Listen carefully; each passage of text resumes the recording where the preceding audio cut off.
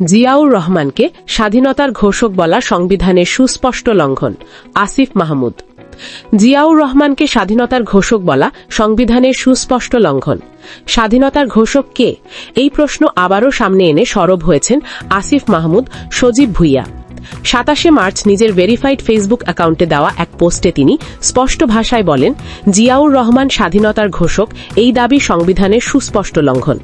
প্রায় 2.4 মিলিয়ন অনুসারী থাকা তার এই পোস্টটি দ্রুত সামাজিক মাধ্যমে ছড়িয়ে পড়ে এবং ব্যাপক আলোচনা সমালোচনার জন্ম দেয়।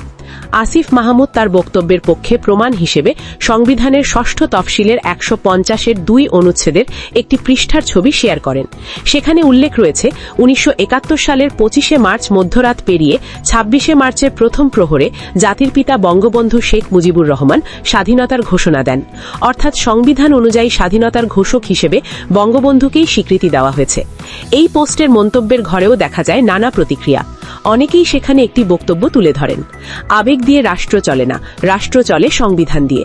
এই উক্তিটি বর্তমান বিতর্কের সঙ্গে মিলিয়ে নতুন করে আলোচনার জন্ম দিয়েছে।